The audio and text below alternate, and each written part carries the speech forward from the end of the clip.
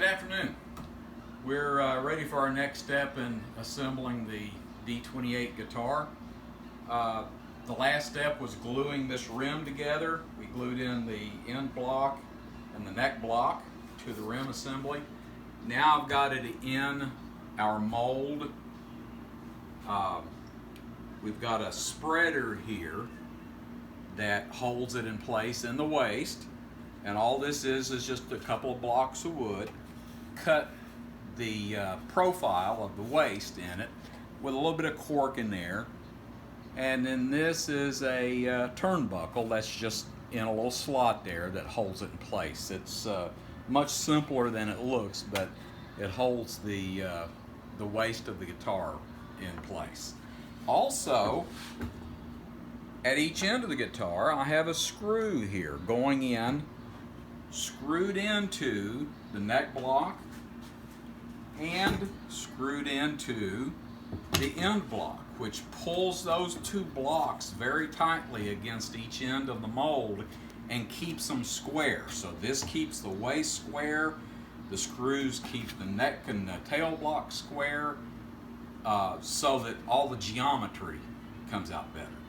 Now you want to be careful and make sure that the screw on the neck block end doesn't come through. We don't worry about it on the tail block end because we're going to drill that hole out anyway for an end pin. There's going to be a hole there anyway. Alright, so once we get it, also the way we mount it in the rim so that it's spaced correctly, I've got these spacers here. Each one of these is exactly an inch. It just happens to be how it came out for everything to line up right in the mold. And before I tighten everything down, I put the spacers, oops, I got it upside down, this way, with the top down, which is our straight edge.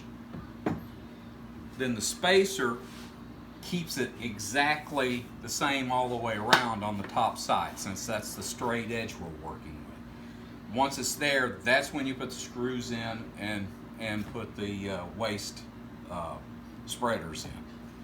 Okay, I've got this jig that I've built here on my workbench. You've got there's a half-inch pipe here in the middle that just screws into a flange on the bottom. That the hole goes all the way through my workbench. There's a flange on the bottom, just holds it solid. And I got a couple of dowels here that locate the mold to keep it from turning too far. So what we're going to do is use a radius dish here to sand a consistent radius in the back of the rim. And you can see, it's hard to see on camera, but if you put a straight edge across this radius dish, you'll see that it's curved.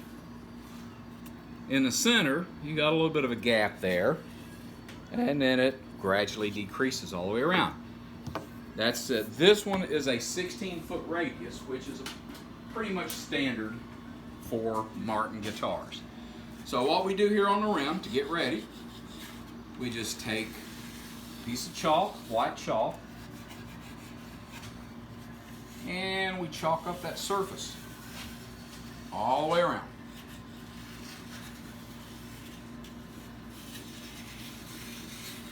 Get nice and chalky. Then we take our radius dish and put it over the pipe that holds it in place. Now we start sanding.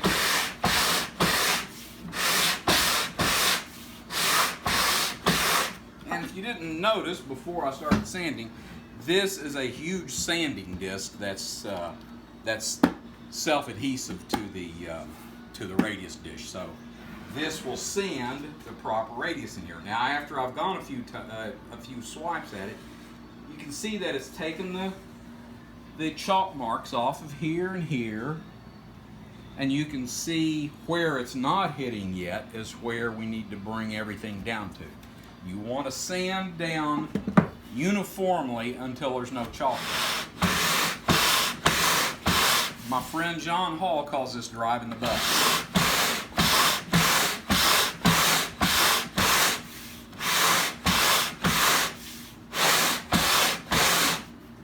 This is one of the other tools, this radius dish, that is pretty much to build a quality guitar. This is one of the other essential tools, is a radius dish, and like I said before, you need the mold to keep the shape of the guitar. So we're getting a little closer here.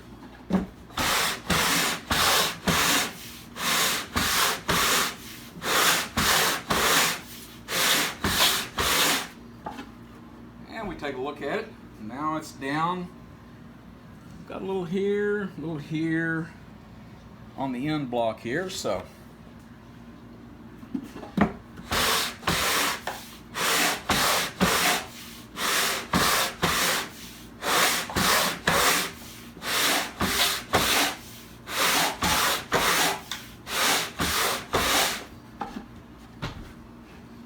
alright, starting to take it down here on this end block. You can see about half the chalk's gone from there. We now just have chalk here in the waist.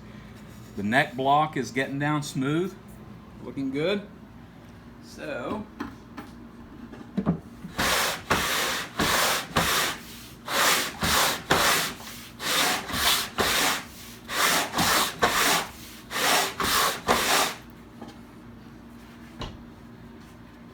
now we've got the end block almost completely sanded down.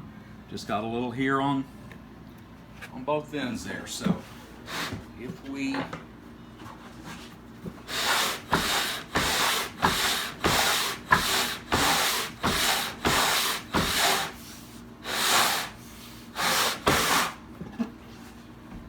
a look, and it keeps getting smaller every time.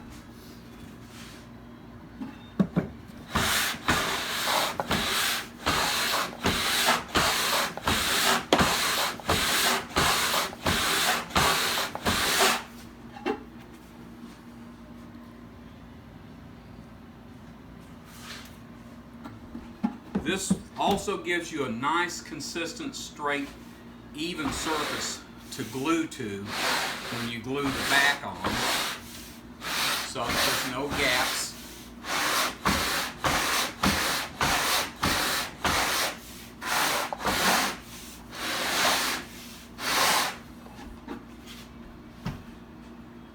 And we still got a little more there.